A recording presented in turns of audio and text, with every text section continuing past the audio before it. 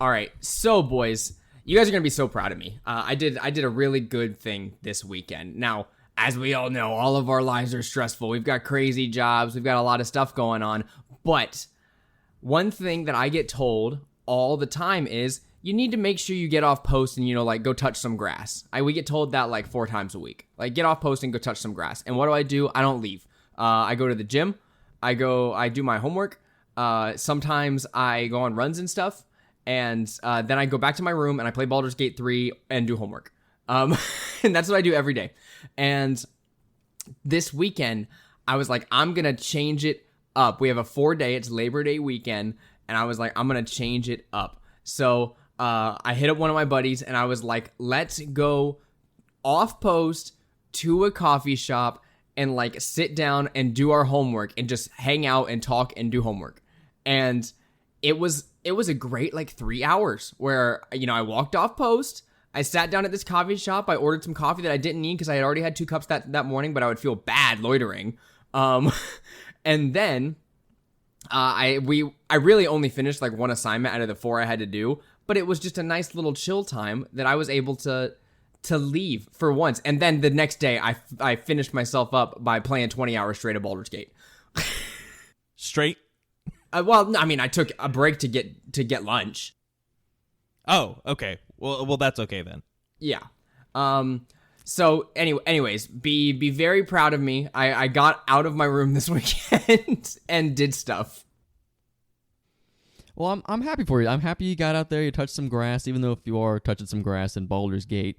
Did you happen to bring your Switch over to the coffee shop so you could play some Baldur's Gate while you were there? Well, you can't play Baldur's Gate on the Switch. But if I had a Steam Deck, I could have played it on that, but I don't. So no. So you should have brought that just in case. Instead of doing homework for 3 hours, you could have done like homework for like hour and a half Baldur's Gate.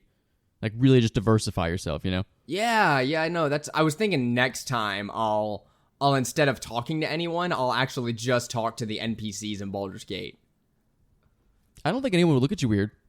No one would look at me weird. And I actually, when I'm sitting here playing, since your character isn't voiced 24/7, I actually just speak all the lines out loud. Oh, good. Really role playing and getting into my character. I gotta find a good game for role playing that's not D&D, since I can't play Baldur's Gate yet because I have to wait in line. I don't think you heard me say the good news though, did you? Did you hear me say that it's gonna be coming to Xbox soon? No, when is soon? Is soon like yesterday? They haven't given a specific date, but they said it will be out this year, and I'm assuming it wouldn't be during the holidays, so probably November. Okay, so it's like a Thanksgiving gift to me. I could warrant that. Yeah.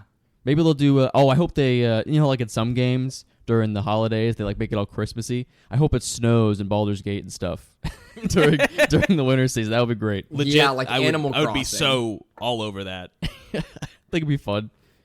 You can recruit Santa as like an NPC or an adventurer in your party. Stop! You can't. Yeah, when they release the Artificer DLC. Yeah, he'd be like a winter ranger, dude. Of some sort, like a warden. I cannot wait for the modding community to step up with this game. Like for a year or two to go by when someone's had time to make like extra quests that they add in, or like make new character models or new races and new stuff to add into the game. Because you better believe this will be one of those games like Skyrim that I add stuff into and go back and I'm like, oh, that was fun. I play it for 20 hours and I go, all right, I'll do it again later. Yeah, honestly, I feel like the sky's the limit here if we start making custom content. Like, you could do whole ass, the entirety of Lost Mines of Phandelver, for instance, or any published adventure we can port into this engine, and then obviously now shit wouldn't be fully voice acted, or I guess it could.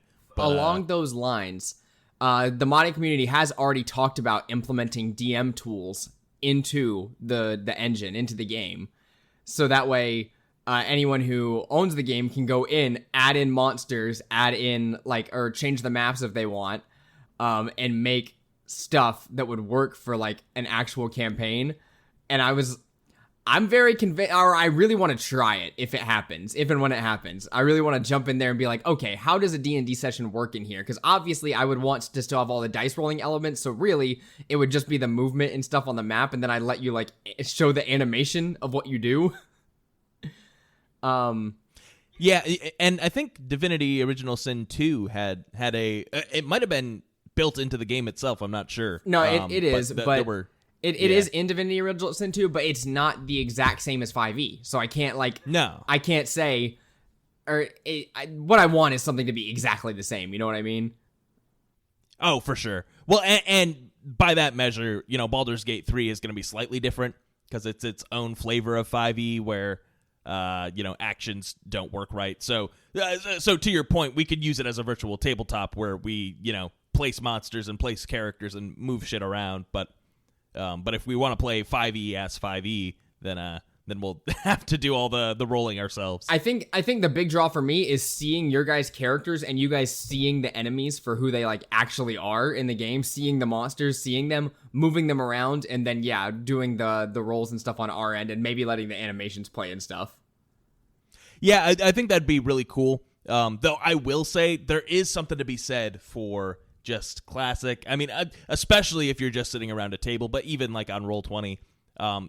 Theater of the mind shit, because what I imagined it looked like last session when Arafras got real big and just started going ham on that fucking elder brain. I imagined Arafras as giant Ant-Man punching the brain.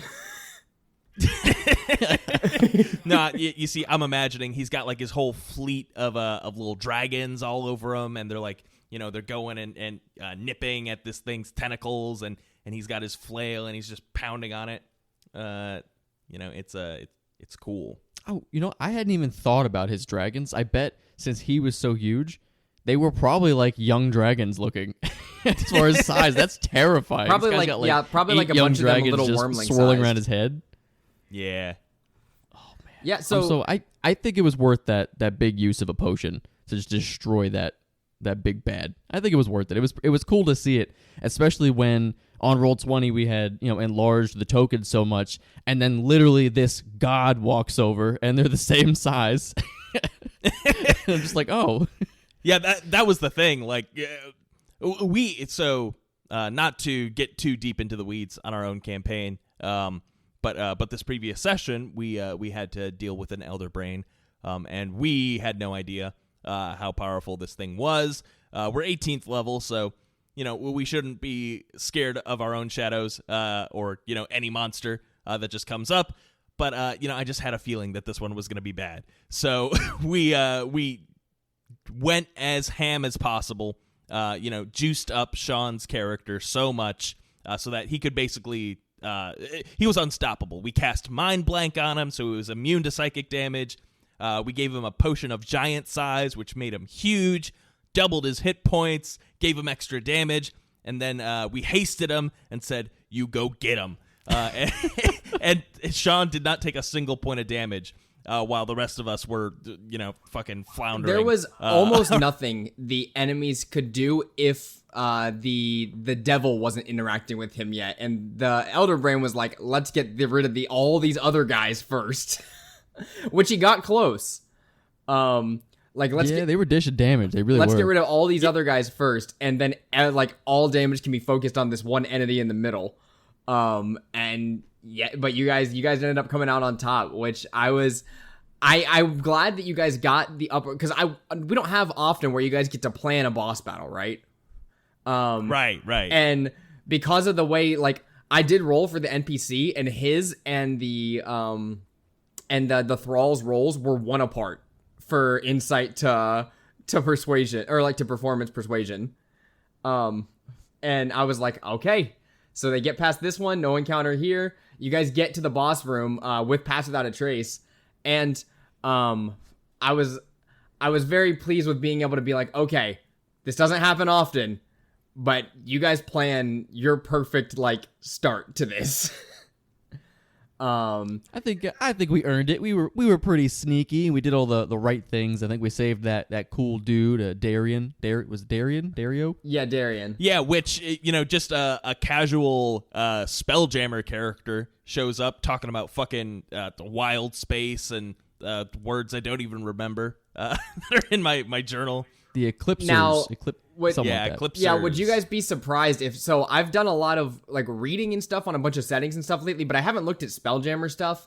And also I had I prepped this whole dungeon. I got all the enemies placed. I had 5 different maps ready to go for this dungeon, and I only ended up using 2 of them. But out of all that prep, I forgot to put an NPC in one of those pods. Oh, And I had There's planned supposed to to be another NPC in there? No. I had planned to put an NPC in the pods, and I just never put one. And so whenever you guys open the pods, I was like, shit, I didn't put anyone in here, but they're supposed to be. Like, I really want there to be. I don't want to just add another Mind Flayer out of nowhere. So I quickly... So that was just all off the cuff? Yeah, so I quickly grabbed a token as fast as possible, got him together, and threw him out there, and was like, okay, let's hope I RP this well enough, and then tossed him in. That's so fucking funny. So that could have gone completely differently. If if the stars just didn't align right there. Yeah, no, I just I really wanted there to be an NPC in this area because it makes sense for there to be one. For sure. And since you guys have been in hell for who knows how long, it's nice to have a friendly face around sometimes. And so if nothing else, is a guide just to show us where stuff is, Yeah, it was cool that like right off the cuff I was like, you know what? This guy would be a good like the way all of this has gone so far, I think I can make this guy make sense. And I feel like he ended up being pretty solid, and also he is lower level than you guys. So you bringing him back to life and revivifying him was pretty solid because he's able to actually like talk to you now and give information if you want it. Yeah, no, I mean, that's the entire reason that I did, because this man started dropping little spelljammer nuggets, but I didn't get the chance to, like, question him, and I feel like this might tie in nicely into our next campaign, so I didn't want to just let that, that thread die right there. So I'm running kind of low on diamonds. I've only got enough for 4 more revivifies, but... Oh no! So next time we do a full party wipe, I've got us. But after that, well, it's not like there's next 3 session whole we just layers go of hell mining left. for a little bit, see if we can find some diamond ore. We'll smelt it down. We'll craft some diamonds. Yeah, you guys have we'll plenty break of them all time for down. that. Yeah, there's plenty of time. I'm not too I mean, worried. we'll just dig straight down. Yeah, easy peasy. Oh, I mean, you cast pass wall 5 times straight down. There you go. You're at bedrock. What Y level do you think you have to be to find diamonds in Avernus? Oh my I don't God. know. Maybe it's just ancient debris down there. Yeah, well, that's honestly the issue. They don't have diamonds in hell, right? But we could get some netherite. Zach, I do have one question. One last Baldur's Gate thing before we talk about the rest of D&D. But for I don't know if you've had to make this decision with your characters, but I've had to make AC based decisions many times now with magic items. Oh yeah, where like I couldn't decide whether I wanted the 22 AC or whether like taking a 17 or 18 was fine for the amount of damage I could dish out. And finally, I found the balance for Schmidt, which is my monk character, guys. I've made my first D&D character in Baldur's Gate, and I'm in Act 3 with him. And it's been way more fun than the other character I was playing. I love playing Schmidt. So as for him though, I was using Bracers of Defense from Act 1 until now. So he had like 19 AC all the time. Which is awesome. Yeah, which is awesome for a monk.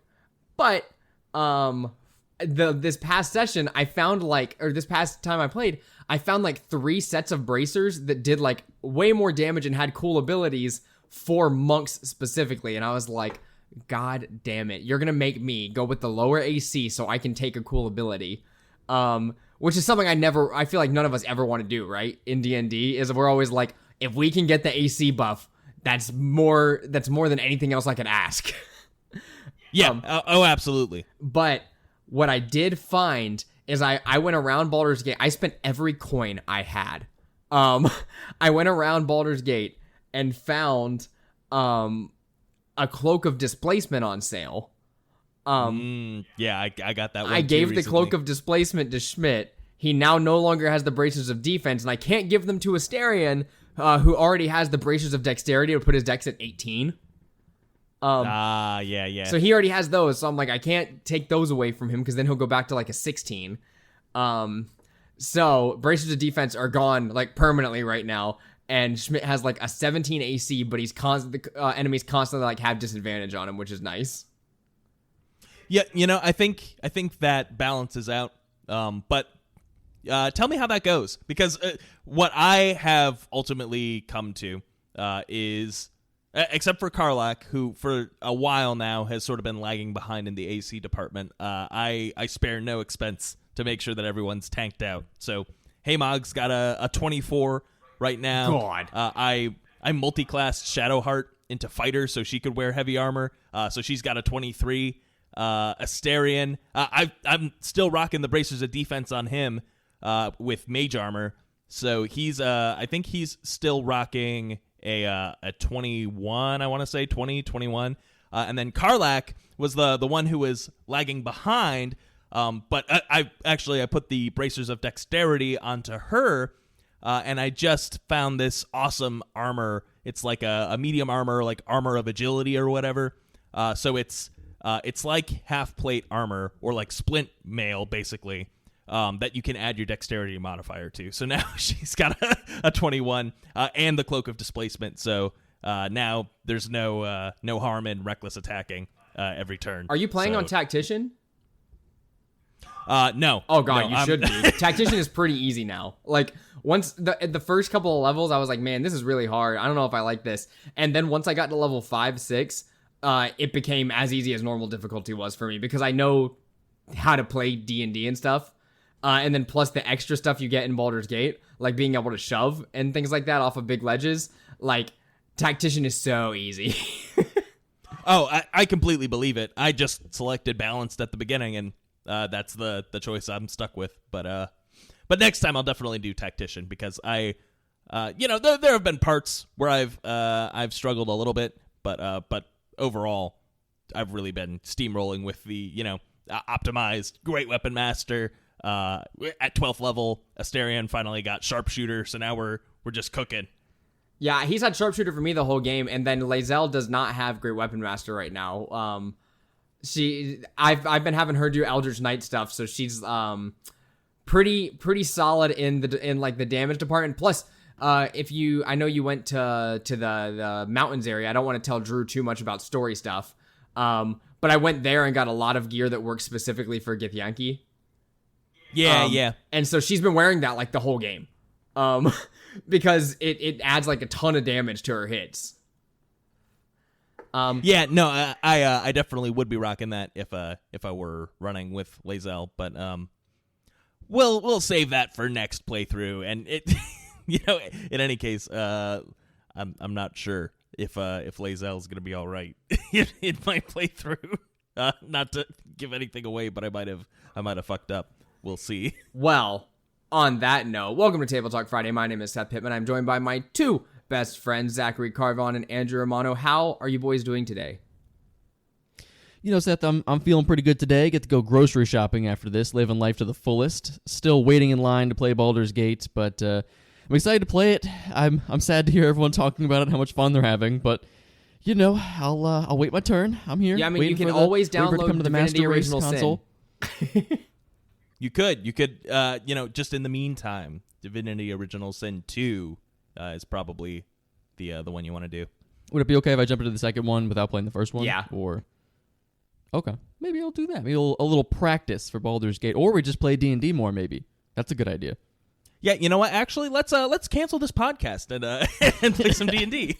Woohoo, dude! I'm doing great as well. I just had Cheesecake Factory yesterday for the first time. I've never had that, so I'm riding that high. Yeah, it's very suburban bougie, or lower middle class bougie perhaps. But it was fancy. Cheesecake was really good. I got their famous meatloaf. Apparently, it's famous. And it was pretty good, but the corn was really was where it was at there, and I did not expect the corn to steal the show, but anyway, I just don't expect anyone to say, yeah, I went to the Cheesecake Factory and their meatloaf, mwah, bon appetit. Yeah, right. Well, it sounded good on the menu, and I haven't had a good home cooked meatloaf situation. So I really wanted to teleport myself back to my childhood, a la Ratatouille. So, but it didn't. I will say I didn't get that moment. But the corn was really good. So anyway. Well, I will say that I've seen a whole lot of stuff lately about, Starfield's coming out this week. Drew, I know you might be into that on Game Pass. So it's the next big Bethesda RPG, so your 20 hours of Skyrim will come in a lot of handy here. Also along the lines perfect. tonally to like a Fallout game. So if you're into Fallout at all, apparently the tone of Starfield is kind of along that lines. But I have been in an insane like fantasy vibes mood for a couple of months now, where like all I've wanted to do, well, like I think since Baldur's Gate came out, so like a little over a month ago, I've just been in like fantasy games. I want to freaking be an adventurer, all of that kind of stuff.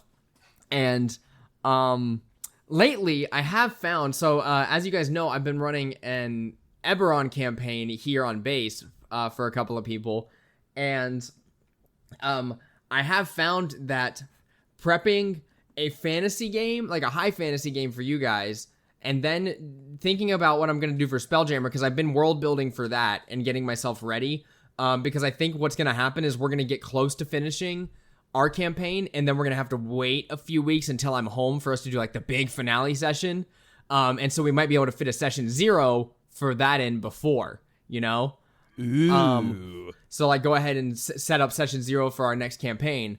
And so which would be super hype. I'd love to just sit down for like a couple hours and pick everyone's brains on, okay, what are you guys planning? Here's what I'm thinking as the DM, and really set up our space opera. But the one thing I found is that along with like prepping stuff for you guys, I'm starting to get like fatigue, like setting fatigue of getting sessions for Eberron ready too, because I want to be true to Eberron. So I've been reading a lot of the Eberron book, but doing that plus what we're doing plus learning a whole new language has been like, I don't want to read books anymore. Yeah, no, that's so much information to like absorb at that point. Yeah, especially Eberron, which like has its own politics and stuff. I did finally decide on like who the bad guys are in the campaign, like 7 sessions in. I know who has done what's happened now, because I read through like the lore stuff, and I was like, okay, I know who has caused this, why it happened, and everything. And it wasn't even something that I like chatted back and forth with ChatGPT about. This was something I was reading the book, and I was like, okay, for what I've set up already, this would work perfectly. And so to be clear, there's not an answer that you found in the book, because in Eberron they give you like all these different factions, right? And then you decide. Yeah, no, the big ultimately. Mystery of my campaign is what caused the mourning. Is like what caused it and who is at fault for this. Like who can we blame, right? Yeah. And I know who my answer is after reading through like the lore section of the Eberron book. I know who my answer and thought is. But there are numerous different answers that it could have been. So you're kind of leaving it up to the players to sort of solve it and make their own interpretation of who was at fault? I know in my headcanon who caused it, because I was really into this for a while. I watched a bunch of YouTube videos, and I had kind of decided at the very beginning. I was like, it seems like House Cannith probably did something along with this, because they're like the inventors. But that House Cannith is my 1 to 5 villain, and there's a villain past that. That makes honestly, that's exactly how I would cut it, because House Cannith is obvious, right? You guys made all the Warforged, you made fucking Kaiju, like, all right, yeah, you made the fantasy nuke. It's obvious. Yeah. And so my thought is that someone from there is kind of one of the people in League like that worked on it and was probably one of the lead causes, but it wasn't like their decision to do so. Right. And so I'll be able to talk with Zach a little more in depth about it. Maybe we'll talk about who caused the mourning in the post show a little bit, because I want to run my thought by you on who I think caused it. All right. So we'll plug that there. So if you want to hear Seth's thoughts about Who Caused the Morning, be sure to subscribe to our Patreon so you can get that sweet post show. Excuse me, stuttering over all my words. Yeah. So my main message here was I'm getting setting fatigue though from studying all these different settings right now. I don't know what your guys' thoughts on that are. If you've gotten tired of a setting, because we've spent 20 to 30 sessions. I think we've spent almost like 25, 30 sessions in like in hell, strictly. And that doesn't even count the whole campaign of Avernus that we did. Yeah, I mean, we've probably spent around 50 sessions of this campaign in one of the hells or another. Yeah, so do you guys feel fatigued from that at all? Like, because honestly, hell right now has been like the Undermountain for us. We've been going through the entire Undermountain that is the 9 hells. I would say, for me, if there wasn't as much going on, probably yes, but I'm absolutely not burnt out of hell at all.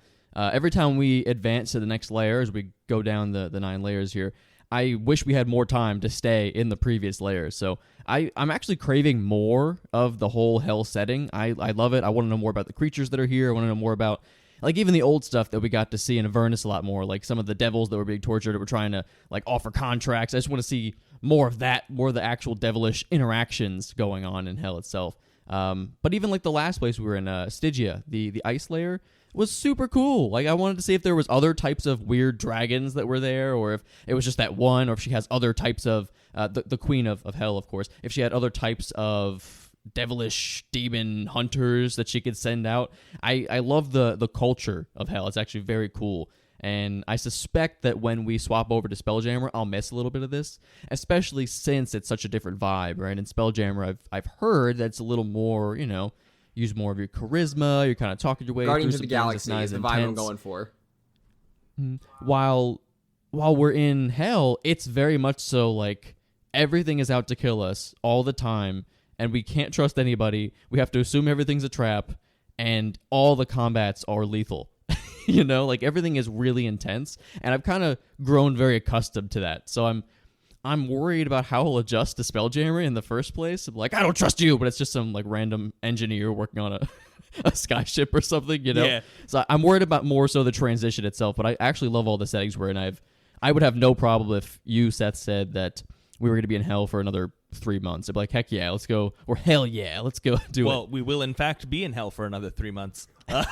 On top of that. Yeah, but I'm sort of around the same area, Drew. I think that because we've got this goal in mind, right? Like, we're going to get to Asmodeus and we're going to fucking kill him. And, we've this whole campaign has been building up to that. I haven't minded being in hell because obviously that's what we signed up for. But every few sessions we've gotten to the next layer. So there's been a lot of variety. And really, I'm super excited to, discover these new places because it's not, I think from a player's standpoint, setting fatigue doesn't really set in unless it's like you've been in the same, it's a cave or, you're underground in hallways. Like, all right, like that could get boring after a while, but you have been, throwing and you've been giving us your own flavor of the 9 hells, right? So I know some of them are get to be sort of samey, but I have full confidence that that all of these different layers are going to be unique. And we're already on the 6th layer, and all of these have had their own very unique flavor. So yeah, I don't think I'm burnt out on settings. Though obviously, if I were the DM and I had like a ton of settings to be throwing around, like yeah, that's an easy way to burn yourself out. So rip in peace. I have not been but burnt out of prepping the 9 hells. I've been super into it the whole time. I have maps for days. Like the other day, I spent 2 hours just downloading the maps that I wanted and arranging them, resizing them, and making them look just how I wanted them to. So I'm not burnt out on the hells at all. And I'm getting used to Roll20 now to where like I'm starting to feel more immersed when I'm in Roll20 because I'm like, I can see exactly what I planned, right? A lot of times in our past campaigns and past sessions in person, while like I always felt more immersed in the RP because we were all together, now then like when combat and stuff came around, I wasn't as immersed because I was like, okay, well, I want to get to the next RP session or like the next RP portion because that's where we all feel it like the most. But like doing combat in Roll20, I've been loving because there's so much more variety of what I can pull up on the entire internet than what I can find in my battle map books that I buy. Oh, for sure. And it's last session was a great example.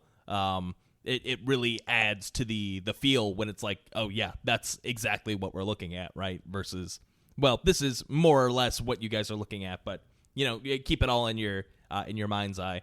I like that level of detail for the material that we're working with too, where it's like, yeah, like this is mostly what it looks like, but there's still not like that fine level of, oh yeah, well, here's what the combat looks like exactly. So you don't really even have to think about like describing what your character does. Now, I do have one I question don't know. for. Kind of just sounds like an excuse to me, Zach. It sounds like you're just not spending enough money on minis and maps.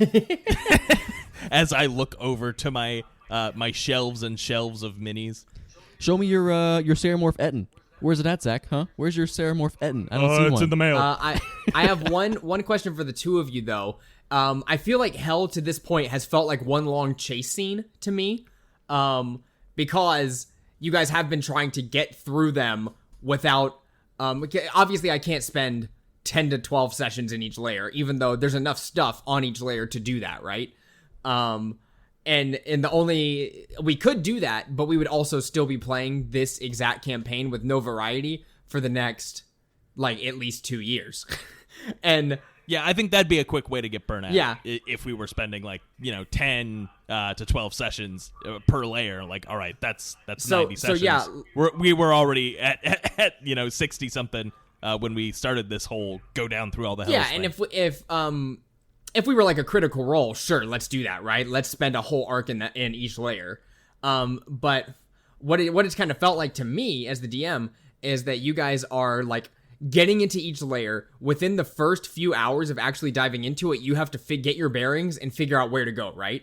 And so you guys have been like rushed to like, okay, what's happening in this layer? Let's quickly figure out where to go and then get there at like the most breakneck speed we possibly can, right?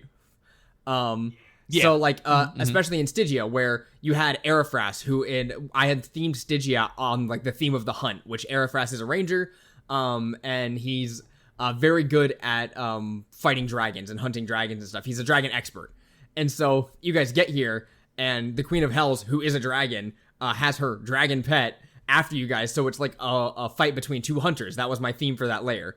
But you guys were only in Stygia for like a few hours before you had to find out where the river Styx led, chase after it, get there, dive through defeating the creatures on your way, interacting with Asmodeus, and then getting the fuck out. But you were only there for a few hours, right? Yeah. And I wanted to know if any of the layers to you guys felt rushed like that, because in my head I'm like, man, I only let them stay in Stygia for a few hours. I know it was like 2 or 3 sessions on our end, but it was only like a couple hours for your characters. I would say it hasn't, because we've had that goal in mind, right? And so, we've already established this thing, in Avernus at least, I assume all the hells are similar, where like, space and time sort of suits, its own whims, right? So if Asmodeus wants us to get right up to the Archdevil so that they can capture us and take us to Nessus, then that's what he's gonna let happen. It makes sense that it doesn't do him much good to let us go and wipe out all of Hell's forces on every layer if it's a foregone conclusion, right? So that does make some sense. And I do miss the opportunity to say, oh yeah, here's a little hell town in this place, but that's not. I don't think that exists in every layer of hell, right? I mean, even in Avernus, really, there weren't any like towns necessarily, except for Elturel. But the little settlements that did exist were very loose. with like the whole population. Right, like you had Mad So- Maggies and you had the arena, but a lot of the other places were like, these creatures all live here and we're invading. Right, exactly. And so I don't have any presuppositions about what each layer of hell is supposed to be like. And maybe some of them are small, and that's just how it is. Like I think the way that you've laid everything out has been logical to me, and I haven't had any issues with the the pace that we're running through it, with the understanding that this is the victory lap, right? Or it's the home stretch. For you don't really want the Dungeon of the Mad Mage to take real time 100 years to get through. Like, no. This is a D&D campaign, and ultimately I would like to beat the big bad guy and leave. Yeah. Yeah, of course. There's other things we want to do, right? We want to jump into Spelljammer and do some other settings. So, that sounds exciting. I will say since we were in Stygia, right? Because Stygia was a different feel, 100%. I got the vibe that there was really nothing there besides just like an endless tundra, which was cool. It's like, yeah, let's just get the hell out of here, right? there's nothing going on here. There's people freezing to death forever, this giant dragon, which is not fun. But I also felt the most urgency we have in the entire campaign in Stygia, because the entire time we were there, I felt like I shouldn't say we felt like, we were actually being hunted by this apex predator, right? That was pretty dangerous, right? Like in a one-on-one fight, I think we could handle it, but it was just diving in and out, using its camo and breath weaponing us as we were talking. Like, that to me, we tried to slow down to that one little bit where it's like, hey guys, I just had this vision, let's talk about it. And then he just swooped down and did 80 damage to everybody in cold damage, right? So that one I definitely felt rushed, but it wasn't a negative rush by any means. It was a, we are being chased right now, let's get the hell out of here, right? That was very engaging and immersive for me. I don't think I felt that kind of like stressful fear in D&D in a long time since that. Like, that's a very particular type of vibe. I legitimately felt bad about doing it too. Like, I was like, no. I was like, this is the perfect opportunity. Like, as Pyth goes to say something critical to the campaign, just absolutely destroy everybody so they have to run again. Like, yeah. Which I mean, that's dramatic irony, right? Because you've got to impose some restrictions on our characters. Right. If we had all the time in the world to do everything that we want, then we're going to have an easy time. And we might even run into the issue where the hells don't feel oppressive enough. So I think you've done a good job with the the vibe, and it definitely has been a chase through all the layers, especially really ever since Dis, right? We made it through Avernus, but that was our old stomping ground at that point. Like, all right, sure, everything's flooded, whatever, but Maggie's here, we've got friends, like fucking Bell, all right, Archdevil Bell, meet Aerophras, all right, we're fine. But ever since Dis, we're running through the streets, and we got to get to the tower. And there's just legions of devils on our heels, and so we've got that understanding. We made it out of Dis, but by the skin of our teeth, right? We had to do that plane shift just at the last possible second, and then we made it out of Incarceron, but the Mammon's whole area was collapsing, right? And the devils down there, if we stuck around too long, they probably would have killed us too, because we were so worn down from that fight. And then what was the name of the next one? Maladomini? I don't know. Minoros. Oh gosh. Minoros. Yeah, Minoros.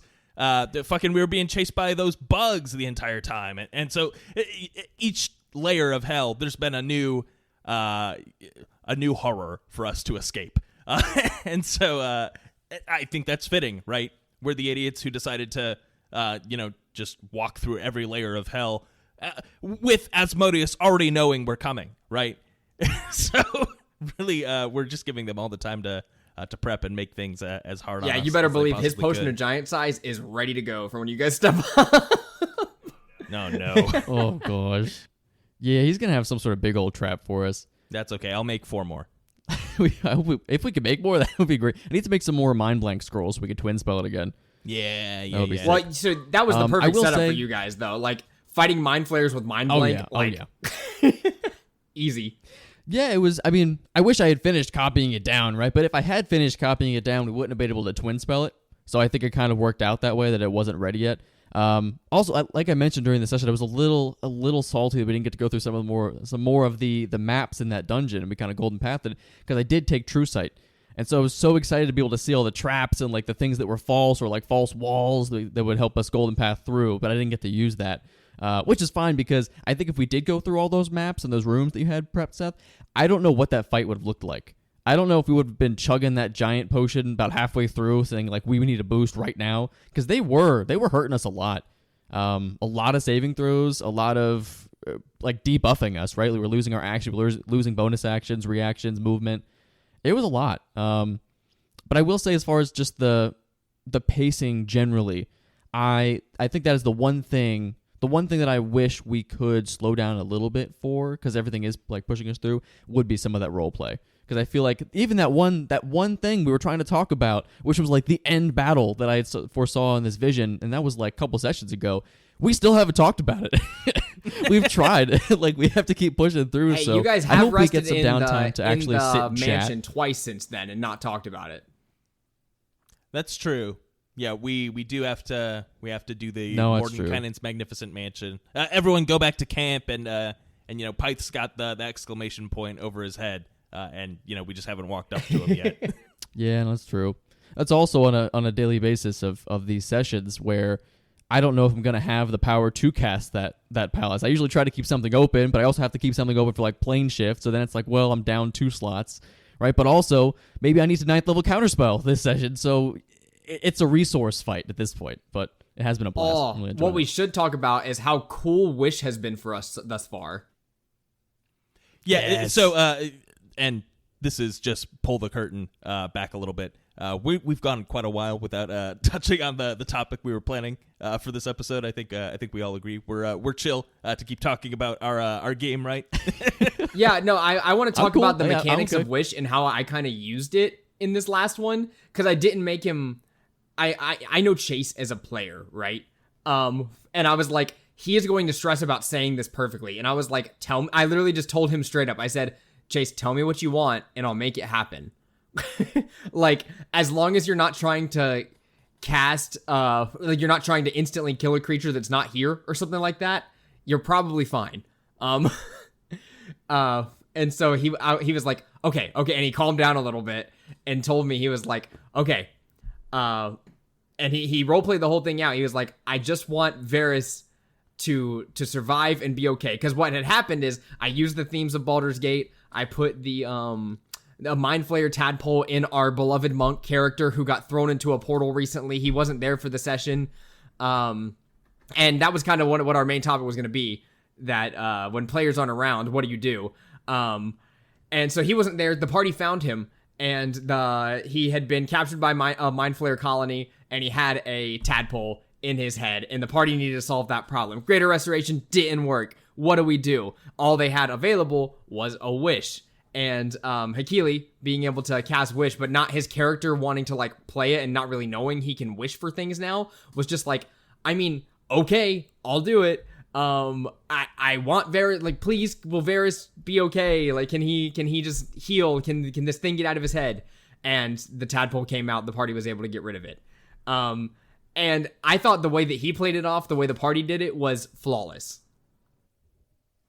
Yeah, which, just to describe the situation here, I want to let you know, Seth, this whole session, I was very, like, I was on the edge of my seat, because the way that this whole thing was described to us, I had no idea that we were heading in this direction. So we were in Malbolge, or Malbolge, whatever it is. And this is the desert layer of hell. And so we crossed this vast desert. We found the archdevil, like a vision of him in an oasis where he had captured our friend. And then we followed his like minions, and there were guardians over this like town that was sort of made of copper or brass. I forget, like gargantuan-sized all, like, sculptures. yeah, exactly. So like building-sized sculptures. And so we made it through this area to the big pyramid temple. We're like, all right, we're going to go in here and go deal with the archdevil on his throne, and we're going to, get our friend back, right? So we go in, and then we find like these weird shadowy monsters. Not devils, but okay. We find all sorts of things in hell. So really not too concerning there. But then Pyth, you just offhand, you decide, all right, and I think we even mentioned it on the previous episode, how we did like our little team attack things. So you even mentioned that like you grabbed one of Oswin's little bottles and like you lit it up, but then you transmuted it into thunder and then shattered that among the group of the monsters. We cleaned up the rest, but that that thunderous effect sort of cracked the walls, and so we couldn't let that lie. Seth just said that there's a crack in the wall. so Oswin rolls above 30 on investigation, just, checking it out. And then you say there's fucking flesh, there's pulsing goop in the walls. Ugh. And I'm like, this is feeling a little Baldur's Gate 3. And so I'm like, well, let's just see what would happen. And so I shoot it. I jam a bolt through the wall, and everyone hated that. Because then we take a bunch of psychic damage, and the room around us shifts, and we're sucked into this different chamber where there's Varys, our old party member that we'd missed a couple sessions with. He's trapped in one of these Mind Flayer pods with a bunch of other people, and I was just keeping it to myself. I'm like, this is rather Baldur's Gate. And then yeah, so but this whole time I was losing my shit because it was very fitting, but also like, oh, what a great twist. And so it turns out that the archdevil had actually been taken over by this elder brain, which was contained in, I think, the pyramid itself, right, was a large creature disguising itself as a monument, and it was the void walker. So the way I had designed this layer is I wanted it to be based around the idea of like when you're in a desert and you're really tired, right? And off in the distance, like your brain tells you there's like civilization or like illusions, right? So when you guys first got there, you saw the copper ruin way off in the distance, but as you got closer, you realized these are just giant sculptures. There's no town here. When you got to the oasis, it turned out like, oh, we thought we were in a nice desert, but the whole desert reveals itself to be like a layer of hell, horrible, these gigantic gargantuan creatures marching off in the distance. And so my main thing is when you guys got into the ruins, I wanted you to see it as like, oh, someone like it was blatant to the eyes of seasoned adventurers that this is not a dungeon, right? Like you guys walked in and knew right away, this is not a dungeon. Like looking around, you were like, all of this is wrong. Like everything has been perfectly placed here. No one actually lived here, right? Right. Well, and even the doors, right? It seemed like there were several doors in that that opening entry room, and then as we looked around just a little bit, it was like, oh, these are all fake doors. Yeah. The only thing that was real was there was a staircase at the back that led to a room of sarcophagi that you guys didn't go to. So there was one staircase at the back that was real. And what I really wanted was for you guys to get in here to open up one of the sarcophagi and find Varys in there, unconscious and unresponsive, and then the whole place reveals itself to you. Okay, so that it would have looked like a sarcophagus, but it was actually a Mind Flayer. Now, it was luck of the draw that I ended up getting Mind Flayers, but since I know them so well now from Baldur's Gate 3, I was like, this is the perfect opportunity to use them, right? While they're top of mind, because I can roleplay them really well and like make a dungeon that fits. And so I was trying, this was a ChatGPT moment where I was like, I need a creature that doesn't exist. I need a creature right now that is, because what my main thing is, I wanted you guys to fight. What my first idea was you guys fighting on top of a gigantic golem that was the copper ruin. That was my first idea, and I was like, this would really be cool. But I was looking online for maps that would fit that, and I couldn't find anything that satisfied me. Like, I'm looking online That's fair. for maps that fit like the surface of a creature, like that's really big. That way I can describe it, and nothing was right. And I was like, okay, I'm gonna toss that idea and come up with something else. And so I was going back and forth making creatures. And I was like, I need something that's Tarrasque size that my creatures can fight either on top of or inside of, or that my players can fight on top of or inside of. And it gave me the Void Devourer, and I was like, that fits my theme of illusions perfectly. Where like the using the power of the person who owns this layer of hell on top of like Mind Flayers and stuff would be really interesting, especially knowing that like one of your party members was sent here, because Mind Flayers is the perfect place to place a level 18 character who's been captured. So for sure.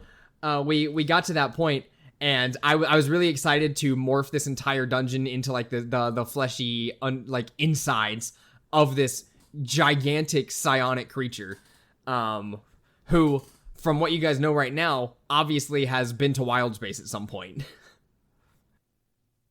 Yeah, I'm imagining it's similar to that one creature, which I can't even remember what layer of hell we were in when we encountered it. It was dead, and we were inside of it, and we came across that big orb, and there was the beholders. Where were we? Oh yeah, no, that wasn't in hell. That was in. We went to the outer planes. Oh, that's I believe right. it was a Journeys from the Radiant Citadel adventure, because we had to. I forget why we went there to do that at this point. I think the snake asked us to. Didn't the snake ask us to No, help so the thing that was going you on? guys in the went there Feywild? to get Mordenkainen an ingredient so he could teleport out of the Radiant That's Citadel. Flower. So That's you went there to right, that's retrieve right. a flower for him, and then that's whenever whatever. Either way, we did lose Adonis there too. Oh, yeah, to we that did. whole ass side quest. I mean, at that point, we got the ingredient that we needed for Mordenkainen before we went into the into space, into this giant creature. We just decided, we should probably wrap up this quest. It seems to be causing problems for these people.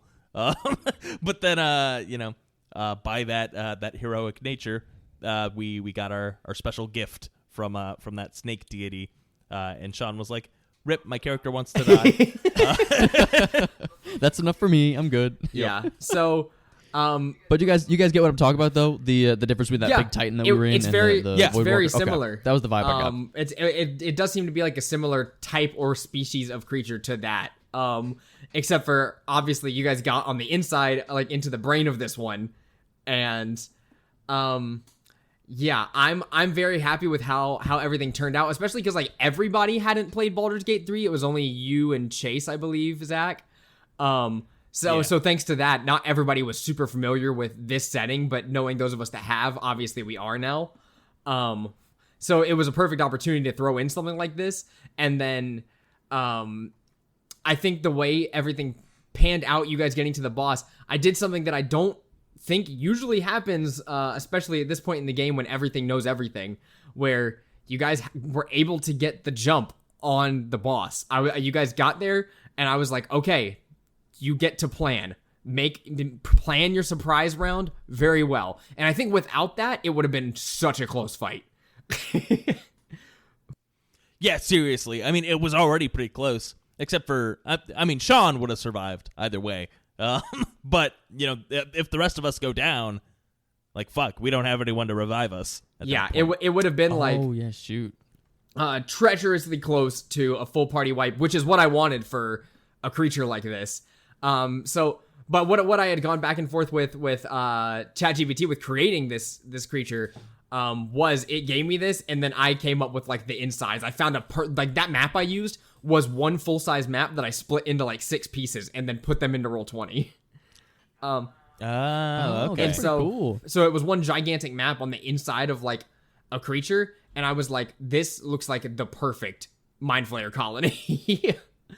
I feel like if I were running it and I wanted to have some sort of combat on the back of something, I don't think I would go as far as Mind Flayers. That's probably not where my head would go. I think the angle I would take is probably it being in that desert setting on the back of one of those golems. Maybe there's an occasional earthquake where the people are fighting. It's like, man, where are these earthquakes coming from? But meanwhile, it's just the golem like stirring or waking up. Maybe they fall into like a big crater, and then on the inside of the crater, the eyelid comes open like in Jurassic Park. It's like, Oh, oh my yeah. gosh! I'd probably do something along Yeah, those so- lines. But I think the Mind Flayer was really fitting for the campaign. so far. That was my initial idea, was a giant golem-like creature that you guys fight on the, like, you don't try to kill the creature, you're killing things on the back of the creature. That was the first idea, but again, I just couldn't find a map that I liked.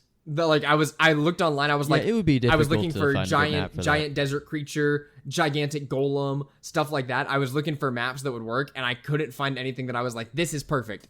And then that's when my Mind Flayer idea came up, and I was like, this would be really fun. Just cool idea. I want to toss it out there really quick as a little thing. What if the players were on the back of some sort of construct, some colossal construct that they didn't know was that, right? But for some reason, maybe it's like a treasure quest. They have to dig up some buried treasure, or they have to find something underground that's been buried long ago. It's like ancient debris of some sort, and they start to dig, and they hit gears. And you're like, what in the world is this? And it sparks up the everything in the system to start going haywire, and it stands up. Or like, that would be sick.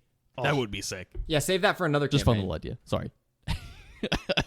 Yeah, I mean, Spelljammer. Speaking of big things, we could just do a whole Ego the Living Planet. You land on a planet and it's alive. Yeah, that's just the Feywild. I don't want I've to go there heard, anymore. I've read about some No more. crazy creatures of like entire planets being alive. And I've got some really cool ideas, but something that's helped me with prepping, where some of my fatigue with settings came up, was I've been reading through the Starfinder like player's handbook, because they have a whole section, like the last third of the book is all setting stuff. And so I was reading through there, and it gives you like guidelines for, hey, these types of planets can kind of have things like this. You can describe it like this. It gives you all the stuff that the Spelljammer 5e stuff doesn't give you. And that's just in the Spelljammer player's handbook, right? That's just the Starfinder player's handbook has all of that. Oh yeah, Starfinder. Yeah, it's literally just at the back. It gives you guidelines for all the like, hey, you can make planets like this. Here's like 24 planets for you to use yourself. Also, these are the kind of NPCs you might find there. These are the rules for if like a planet has acid rain. What do you do? Stuff like that. Acid rain would suck. Yeah, I mean, It would really suck. we'll probably get into stuff like that at some point.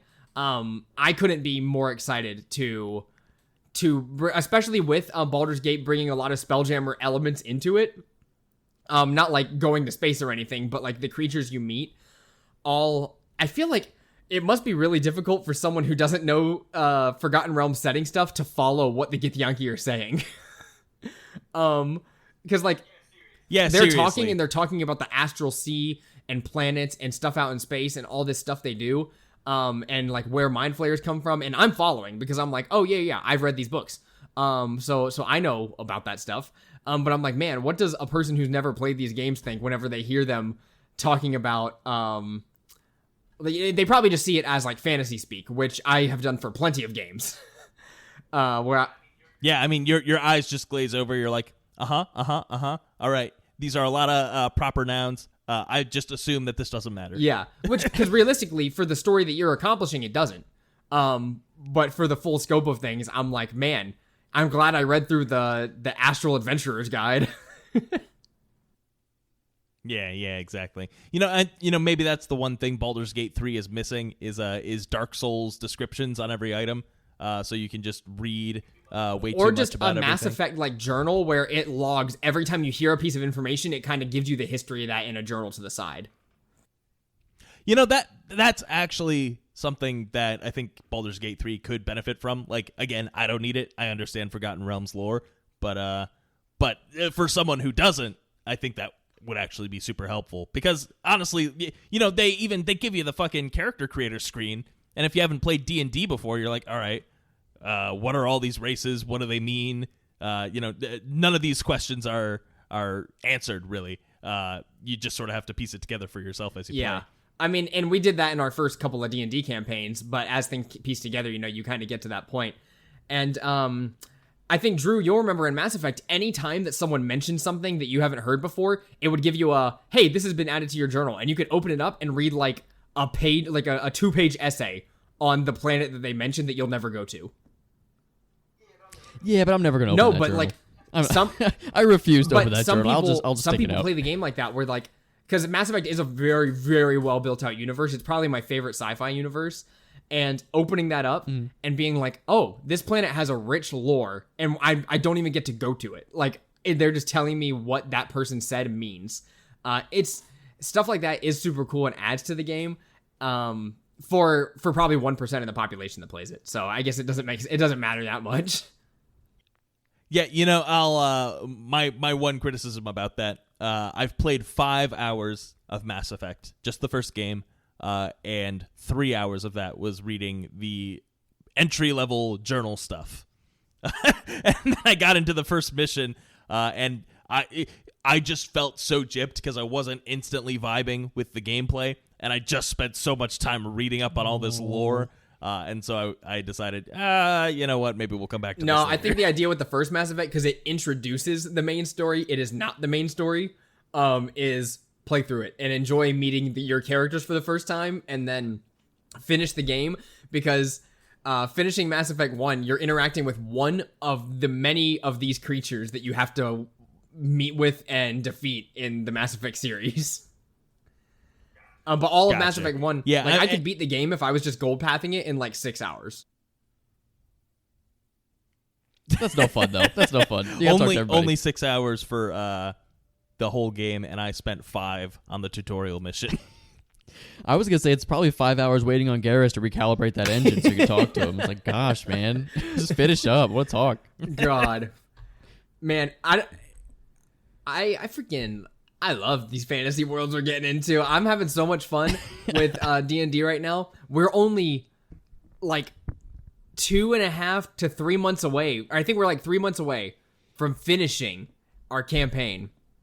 Because as long as Which is crazy to think. as long as we do this session next week and we do about 4 or 5 sessions after that, we'll be ready. I will have to say I'll match your energy, Seth, because I know as far as D&D goes, sometimes there's the ups and the downs, right? Sometimes you're really into it, sometimes just like, we don't need to play this week necessarily, real busy or something. I am at the peak of D&D interest. I'm thinking about D&D constantly. I'm thinking about spell selections. Like, I know what we're gonna do the next session. Like, oh, what spells am I gonna prep? I was practicing Gordo voices the other day for Spelljammer. Actually, and I was like, I didn't even intend to. I was like brushing my teeth or something. I was looking in the mirror and I was like doing the voice. Like, oh gosh, I'm practicing for Spelljammer. Yeah, and that's 3+ months away. We'll see. I know, but I feel like I gotta start thinking about it now. Christmas one-off stuff, Spelljammer. It's now.